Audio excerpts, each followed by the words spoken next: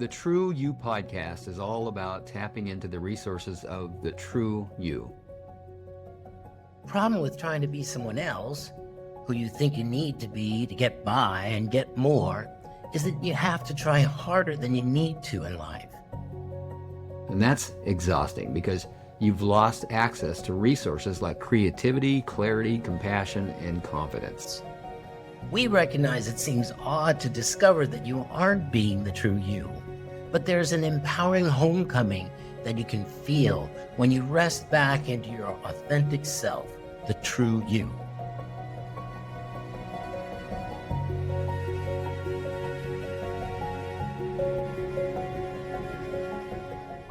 Hello, everyone, and welcome again to the True You podcast.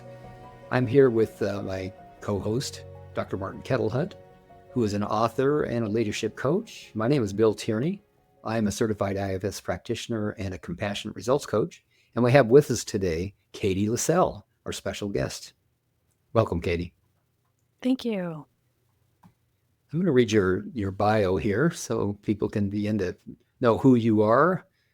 Katie LaCelle is a somatic IFS practitioner and leadership coach who is passionate about helping people uncover their own internal wise leaders and reconnect with their deepest embodied intuition. Katie regularly assists the IFS Institute in training therapists and practitioners, and she's currently pursuing her SEP, Somatic Experiencing Practitioner certification. Fun fact, Katie has worked part-time in the circus for 8 years, coaching and performing on the flying trapeze. We have to start there, don't we? I think it's the most fun place to start, but I'm obviously biased. Sure, I'd love to hear about it. Yeah. So I got into circus arts about 10 years ago, actually at my bachelorette party. Believe it or not, my friends kind of knew it would be something that I'd wanted to try, and we did a flying trapeze class together, and I kind of just never left. Eventually ended up getting trained to coach flying trapeze, and I've done, I don't know, maybe 7 or 8 performances at this point. I did one in November, actually, pretty recently. That was really fun. Huh. Flying trapeze at the circus. Yeah, it's crazy. What made you want to do that?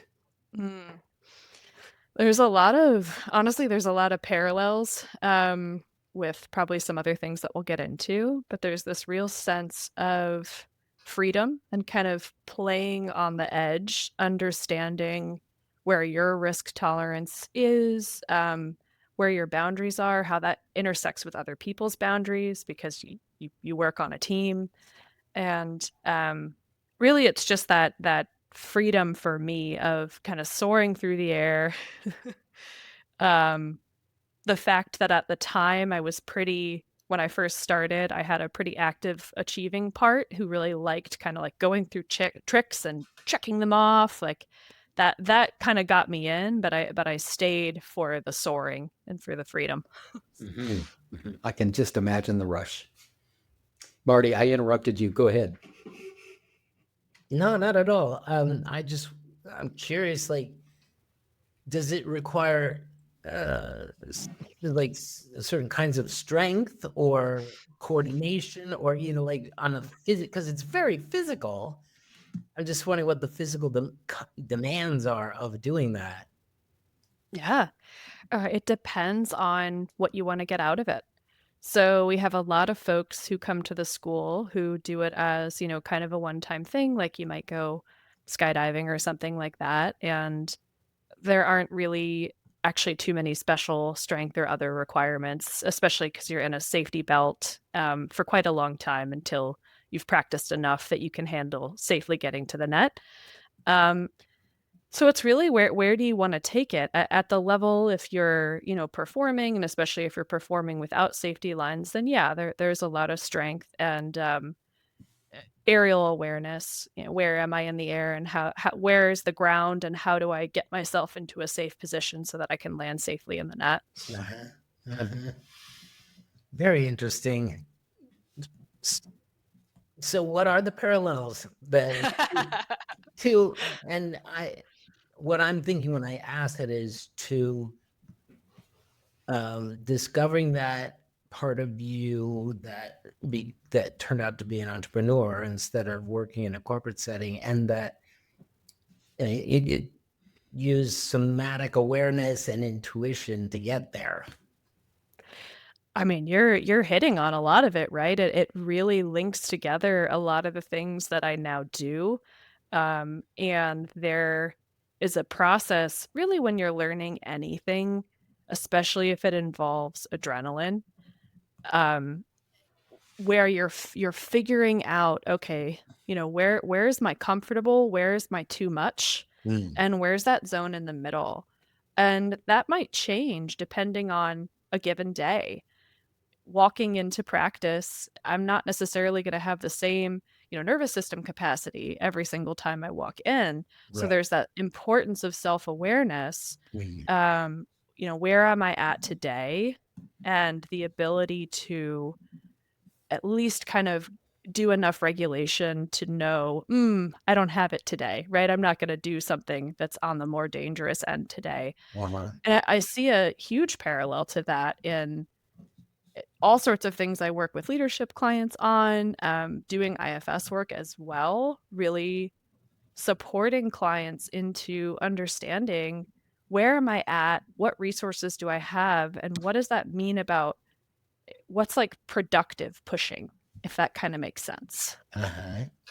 And well, how about your personal journey? Like, what did you personally discover to get you from there to here? Yeah, from corporate world to what I do now. Yeah. Oh my gosh, so many things. So I was in the corporate world for about 13 years and was pretty dominated by, achieving parts, perfectionistic parts, climb the ladder. There was a lot of caretaking happening. And I had gotten myself into a position where I was co-running a startup practice. And we took it from 2 people to about 110 people in 7 years. Wow. And it was an environment I think that I both thrived in and profoundly struggled in, Mm. because it was something that's, reinforcing of the importance of all the things that achievers and perfectionistic parts believe. Right. This is how I stay safe. This is how I get my needs met, is by doing all these things. But of course, I didn't have awareness of that at the time. I just knew that sometimes it felt really, really good. Mm. And sometimes I would crash and it would feel really, really bad. Mhm. And I also didn't have an understanding of kind of nervous system patterns. I didn't realize I was kind of going back and forth between this, being all the way up here and hyper arousal and then crashing and then kind of getting pulled back into it and kind of following that classic pattern. And what really disrupted that, honestly, was actually COVID. Uh-huh. So it really just made it so all of my protectors could no longer, the way they had been doing their jobs just wasn't enough anymore. Mhm. What was it about COVID? Was it isolation? Did it create a breakdown in that corporate structure so that you couldn't show up the way that you were before? What happened? Yeah. So I think it was a huge disruption in how we were working. Actually, a lot of my parts liked that though, because I'm fairly introverted and my job, in some respects, I was able to be a little bit more introverted. I was on Zoom all day with people, but I didn't have to be, in the same space, which could be sensory overwhelming.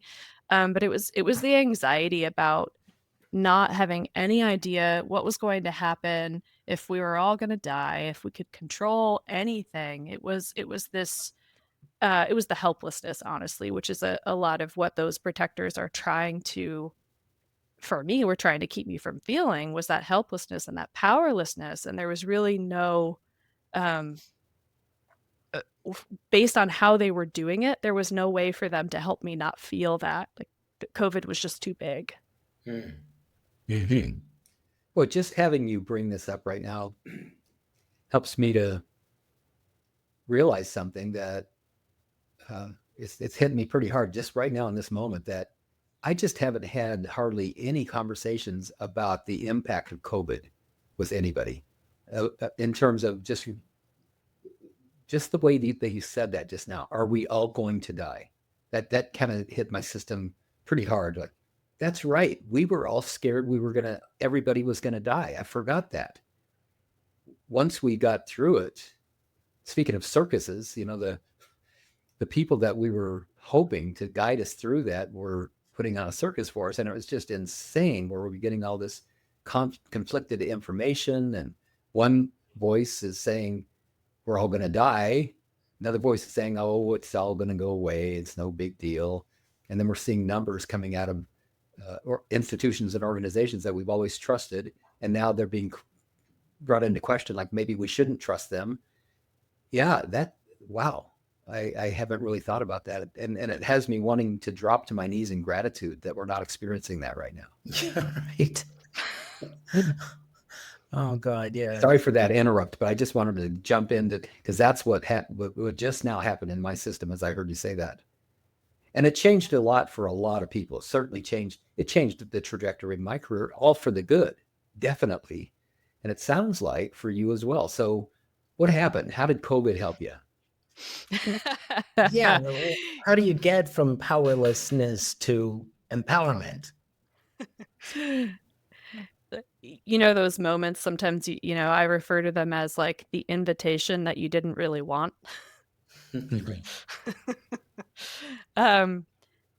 Yeah. So first, let me preface, like it took years.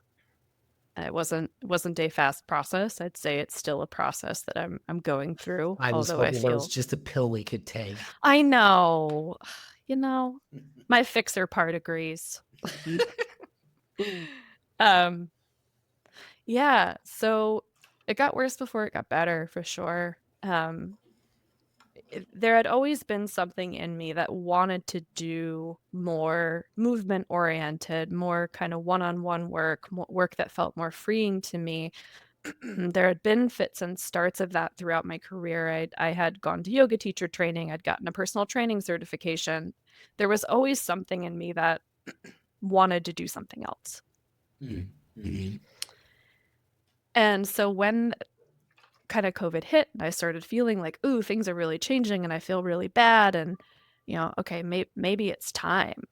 And I started thinking about it more and what that would mean because of COVID and all that anxiety, that breaking point of not having the coping mechanisms to handle it anymore. I had gone back to therapy, so I was seeing a therapist weekly for the first time in a while, and eventually came to the decision that I was going to request part-time work at my job, because I kind of thought, okay, I'm really like, this burnout's really escalating. I know part of it is everything that's going on. I know part of it is this has been a message I've been getting for a while anyway. Maybe there's kind of almost like a halfway or an in-between where I can get more information without like fully taking off the safety lines, right? To go back to my trapeze metaphor. Right. So I worked part-time for about 8 months in kind of doing parts of my old role. And it just kind of solidified the certainty that I didn't want to be doing that anymore, which was, when you get clarity and it's like a kind of like a mixed blessing because you're so clear, but it means you're going to have to do something really difficult. Yeah, you're going to have to let go of some things. You're going to have to take on some new things that you're not comfortable around yet. You talked about that place in between comfortable and too much. I think we're talking about that right now, aren't we? Yeah, absolutely. So I did resign and I started my company, and this was the beginning of, was January 22. So it's just over 3 years ago. And then about 3 days after I'd put my notice in, I actually found out I needed back surgery. Oh, and I went through just a whole period, which we can get into as much as you'd like or not like, this whole process of just really being chronically ill with all of the results of kind of what was going on in my back, what was going on. I started to get chronic migraines. And it really limited my ability to do anything for about a year. Goodness sakes, Katie. Wow. Yeah. And keep going. I want to read this whole novel. It was, again, I think, an invitation I didn't want to really learn how to slow down and to rest, because that was really not something I ever did. You know, I had my full-time plus job. I worked part-time in the circus. I just never stopped for a really long time. There's a lot of great reasons for that. I mean, that in itself was a very strong protection. And like I said, this was the breaking point where it was like, well, all the ways that you used to do this, they don't work anymore. Katie, I don't want to interrupt the flow of what you're sharing with us, and I hope that we can pick up the thread again. But I just have this voice in my head saying, what is it that was being protected? And maybe Oh, this yeah. invites you to get back into the trauma. What is it that you were recovering from? Sure.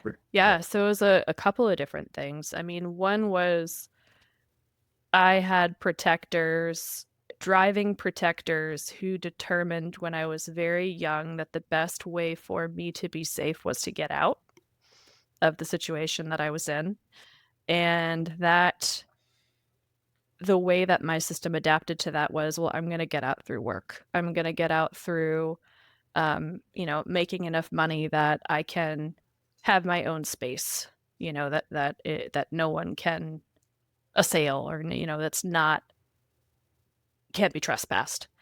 So that was such a strong driver for so long that it took something like COVID to kind of stop me in my tracks and make me reevaluate and be like, wait a minute, what's actually happening in the present? Like, did I do it? Did I get safe? Yeah. And then another, 3 years to help my body feel that safety. And spoiler alert, right? That's where all the pains were coming from, is my body had held it for so long and I was so far away from it. Coming back was a painful process. Your body kept the score. Oh, yeah. And it showed up in your back 3 days after you gave notice, found out that you needed surgery in your back. Yeah. I'd had back pain my whole life, but, yeah, degrees of ignoring and dissociating, because it was a survival thing, right? Like, or it was a survival thing kind of objectively for a while, and then it was a pattern which I hadn't yet realized I no longer needed. Right. Exactly. Or could even take any further, probably, right? Not only did you not need it, but you needed to get somewhere else. Yeah. Sounds like. I don't know. That's a great question. I think you're right. I mean, I think my body pretty much hit its limit. And said, hey, you're safe enough now. I carried you here, and I need you to take care of me now. Yeah. And I think you just reported before we hit record today that you're in recovery from COVID again now. Yeah, that's purely coincidental. I did get COVID last week. Well, it's funny, despite all of my fears and anxieties around COVID, I didn't get COVID at all until after I'd been vaccinated and boosted, and it was extremely mild. That was like back in, I think it was 22. And then this is the second time that I got it last week. And again, luckily it was quite mild, but yeah. Yeah. I'm same here, although I didn't get it until late last year. Same with my wife. We went through the entire years of it until late last year, and for both of us it was pretty mild. Let's get back into so what a transition it must have been for you to go from quitting your corporate job that you'd been doing, I think you said for 7 years, going from a staff of 2 to So you and a partner to over 100 employees. Yeah, And I'd been at that job for that long. My whole career in the corporate world was about 13 years. So I'd had a couple I other see. things I did before that. Yeah. So corporate Yeah. world 13 years. Burnout. Uh, uh, what? How did you know you were burnt out? There were signs throughout.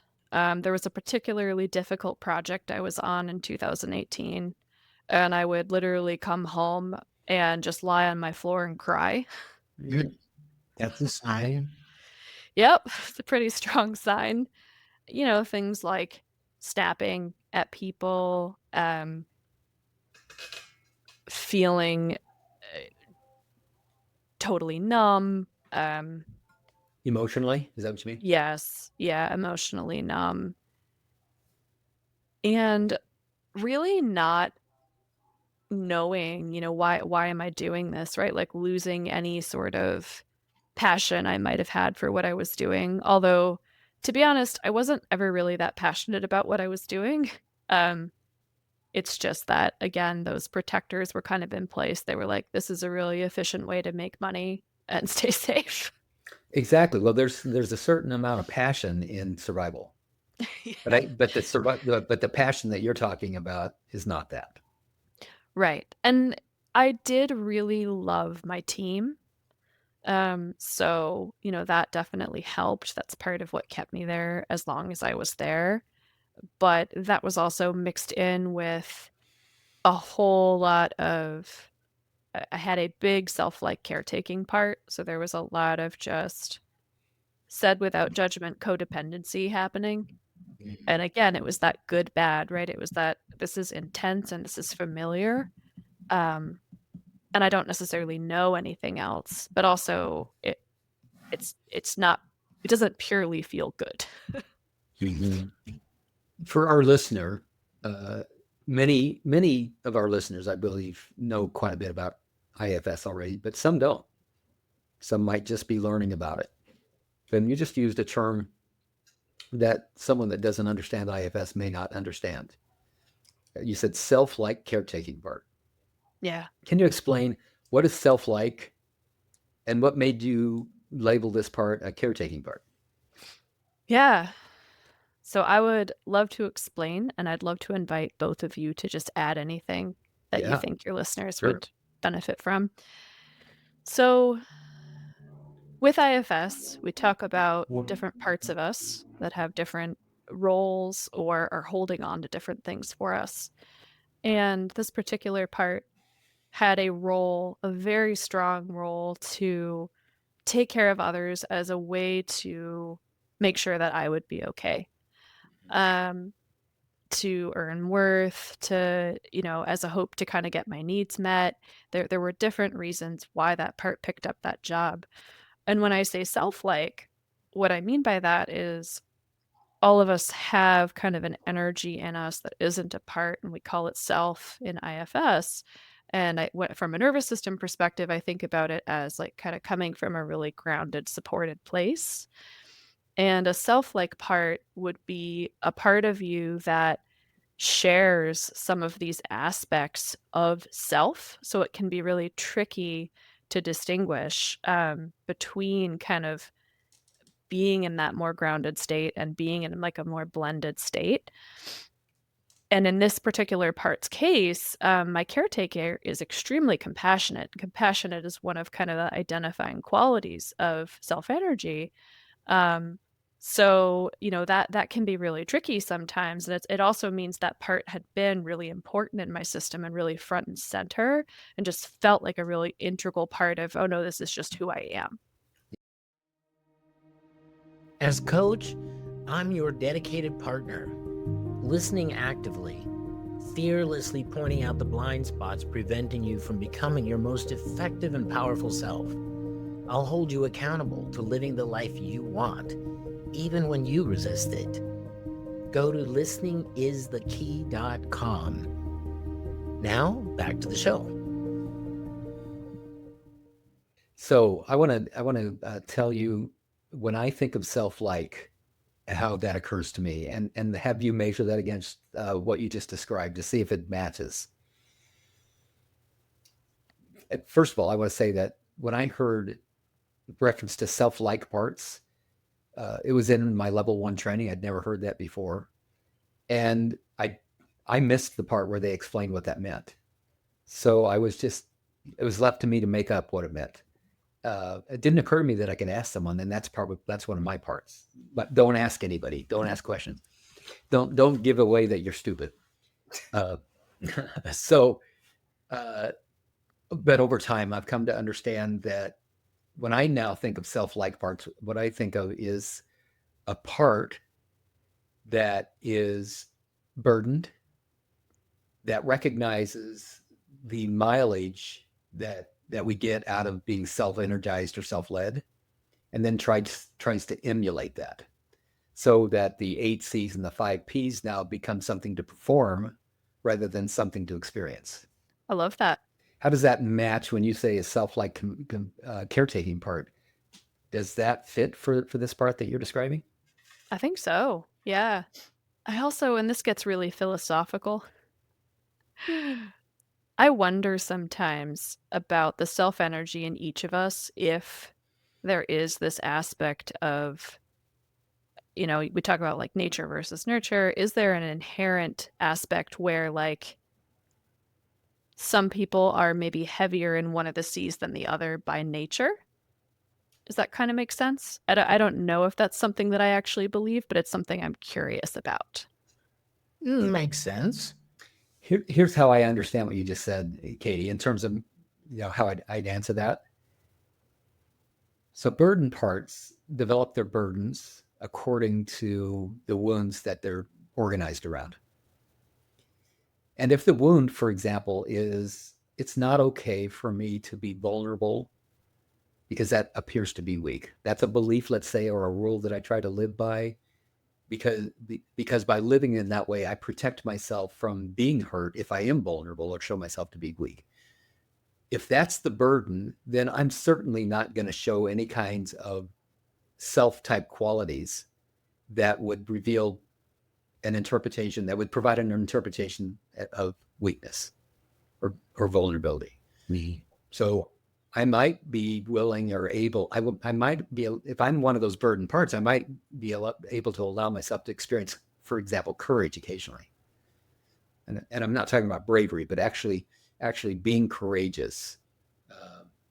Whereas I can't really allow myself to experience compassion or what might look like love, because that was so ridiculed, so dangerous, maybe when I was growing up. So I think in the same way, when parts become unburdened, they've already done a million reps of courage, for example, and the example I just gave, but are really inexperienced of what it's like to feel comfortable with compassion, to allow that. That's the way I understand how that could be. That makes a lot of sense to me. My deeper curiosity is if we all have a different kind of signature of self-energy, if that makes sense. Yes, it does. And if we just go back 2 guests, actually our last 2 guests talked about this. Oh, okay. I'll have In to fact, listen to that. Yeah, Violet Eden talked about that. Her take on self is so interesting. I don't want to misquote her, so I won't try to quote her, but my understanding, what I took away from what she shared, is that there's a relationship between the soul and self. And she says she believes that the soul comes with a personality signature. And I think that we're getting close to what you're talking about now. Yeah, absolutely. And to tie it back, because I could easily go down a bunny trail because all this is fascinating, but to tie it back to the self-like caretaking part, the reason I have that curiosity is I am curious if my kind of self-energy signature is just in general heavier in compassion than it is in maybe some of the other C's, making that a natural compassion as protection for that self-like part to kind of pick up. Yes, that makes sense to me. Yeah. And here's another thing. The 2 things, I guess maybe the 2 sides of the same coin are, I'm aware as we're having this level of conversation and I'm throwing out like theories about this, that I have a figuring out part. there's a part that's kind of sitting in the corner during every one of the sessions that I facilitate for my coaching clients. That's also sitting in that same corner when I'm the client. That's sitting in that same corner right now as we're having this conversation and figuring it all out. There's also this reality that in the IFS model, when we hear directly from our parts, there's no need to figure anything out. We now just understand. Yeah. And that's what I love about the IFS model, is that everything makes sense if we have the patience and the interest in learning from the parts how it makes sense. How it makes sense, yeah. And the reason I don't know the answer to this question about my system is because I haven't asked. I love that. Yeah. Yeah. If you were to ask, what would the question be? I think I would probably ask my caretaking part if she has an awareness of when this was picked up, like around that. She was so young. She was like 2. So I don't really know that there would be much of a like, oh, this is exactly what happened. And I decided, right, like how much real agency there is at that point. Mhm. But I would just get curious about it. I don't know that there'd be a specific question. Maybe it'd be more like, hey, is there anything you know about this that you want to share? You know, even if it's just because I've gotten so much so into the somatic experiencing side, especially when we're kind of dealing with younger parts. Sometimes it's really more sensation based or movement pattern or body oriented. So it might even just be like, you know, what was it like in your body then? You just answered the question I was about to ask. So how do you combine somatic work with IFS? And I think you just started talking about it now, haven't you? There's a part of me that just wants to make sure that like I acknowledge that I am hardly a pioneer when it comes to this, and they're, you know, standing on the shoulders of giants. But my personal way of doing it is pretty freeform, where and when it makes sense to either sprinkle it in or ask, you know, I have this exercise that I think might really support you here. You know, how do you feel about trying something different? A lot of what we already do in IFS, right? When we're asking parts or we're asking people, how do you feel about trying this out and just seeing how it goes? And depending on how it goes, I might be more inclined to kind of lean a little bit more toward SE, or we might come back and live more in the IFS world. And again, they do overlap, especially when you get into somatic IFS. But it depends on where the system is at. You know, being in my body felt very unsafe to me for a very long time. And the lovely thing about IFS for me is that it can enable you to do trauma work in a way that still feels cognitive enough to feel safe to somebody who's really scared of going in their body. Just speaking from my own experience. Me too. That's also been my experience. I have several clients who enjoy great benefit from IFS without ever connecting with their bodies, and vice versa. Clients who get the most benefit by just really noticing where is it landing, where is it occurring in their body, how does it, what happens from that place that they're aware of already, expanding that awareness of what's happening physically, and then insights just begin popping and showing up. It's incredible. Yeah, I think that the danger of the body for some of our protectors is that there's really, when you're really connected with the body, there's really no denying what you want and need. And for so many of us with complex trauma, we earned conditional safety, temporary safety by disconnecting from our wants and our needs. Yeah. Wasn't safe. It's too dangerous. How you doing over there, Marty? I've been kind of dominating the questions here. That's fine. I would be curious though, if you want to go back to the story of your journey and Because I'm sure we have some listeners who are going, well, how did entrepreneur work out better than corporate? That for me, that might, for some people, might be the other way around. Like, I'd rather have a boss telling me what to do and show up on time and just be a good girl. And it seems like being an entrepreneur would just throw my parts in a tizzy. What are you talking about? Yeah, it's so personal. Entrepreneurship is really not for everybody because, of course, there's the idealized version, right? Oh, I'm going to have my laptop on a beach and work from anywhere and make my own hours. But it's there's more to it than that, and it certainly does not suit everybody. And so far, it does suit me, but I have come to a very different appreciation for maybe some of the things I previously took for granted about being in the corporate world. Like, More clearly defined paths. Working on a team rather than primarily working in an environment where you are holding space. I love holding space. And it's different than working on a project with a team and kind of having that collaboration. Even with leadership clients, where I'm a little bit freer with allowing a little bit more of my parts to show up, it's still rightly so about the client and their experience and their journey. And even if you love doing that, if it's all you do, it gets lonely.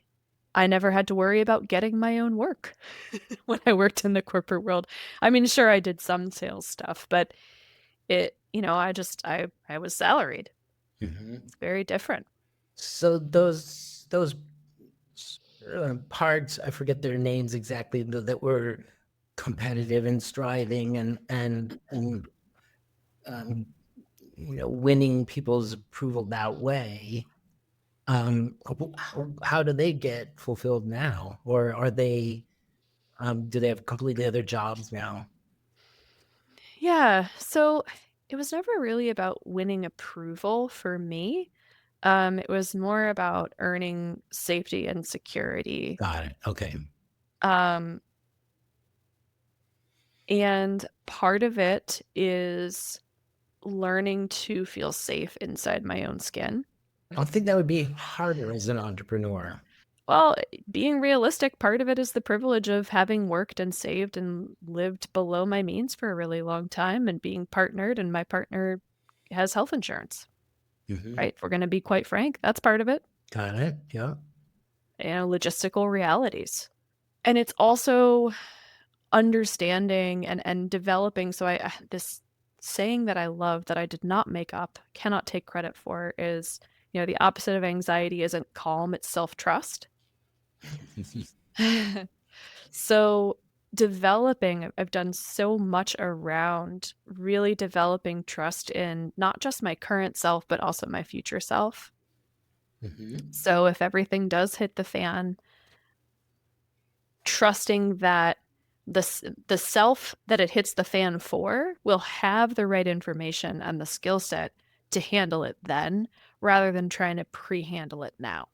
That sounds like the perspective of a self-energized manager. Yes, very much so. Trust. That's wonderful. Yeah. Yeah. Well, that's really also, I think, something that, somebody who is sort of in between, like, where should I be in the corporate world, or,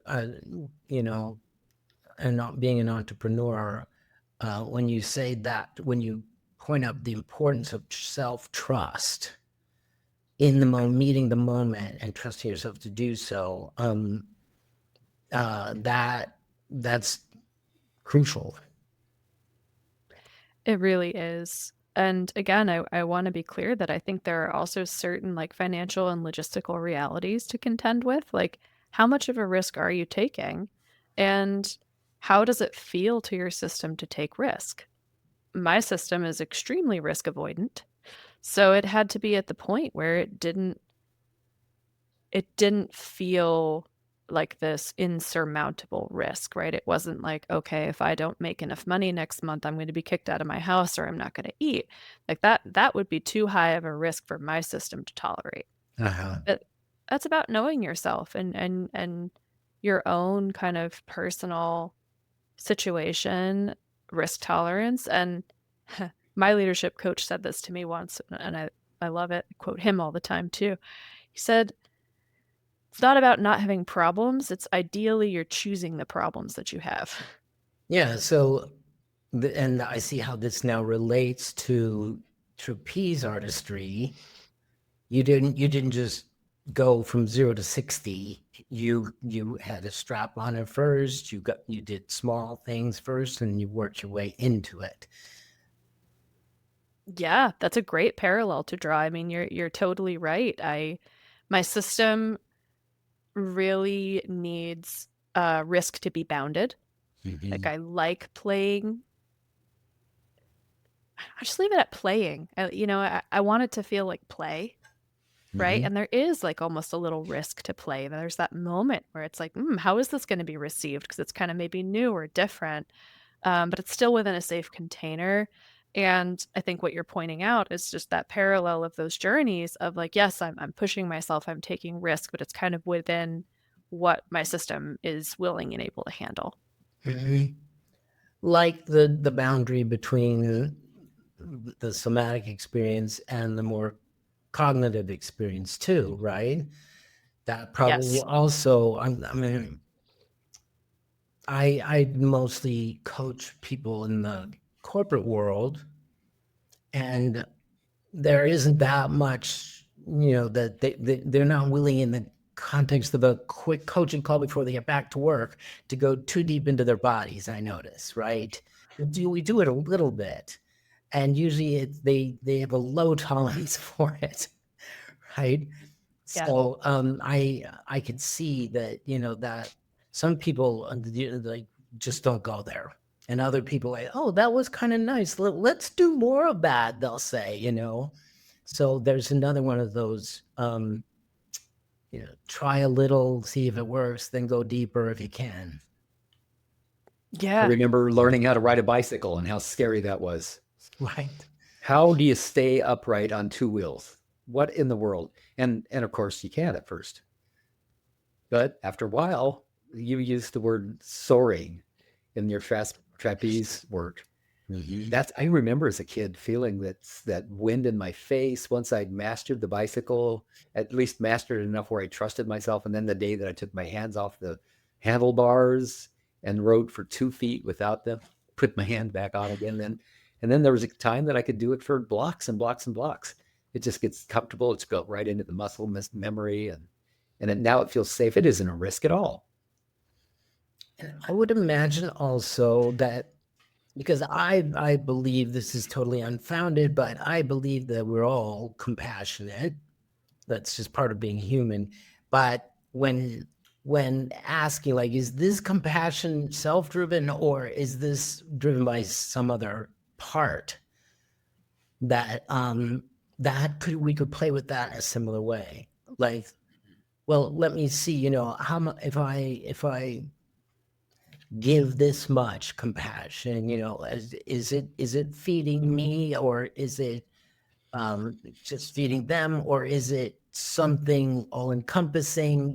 Like, does it rhyme? Does it really work for all of us, or or is it on one side of or the other? And that would be, of course, just I'm making up what this inquiry would look like. It might feel totally different, but it's a similar sort of like, well, let's go, let's try it a little bit and see, am I really being compassionate here, or is this driven by something else? Yeah. I think with any self-like part, at least again for my own experience, you're right. It is that process of inquiry. Um, is there an agenda here? If so, how much energy is there behind it? And what is it? Right. I'm going to have to jump in and begin to wrap up now. We've only got a few minutes left, and Katie, I wonder if you're open for business. I wonder if you're looking, if you're open to work with clients, and if so, who would they be, and then how might you help them? I'll stop the questions there. I have more, but I'll stop with those two. Yeah. So I have a wait list at the moment for one-on-one IFS. I do have a couple slots for leadership clients. And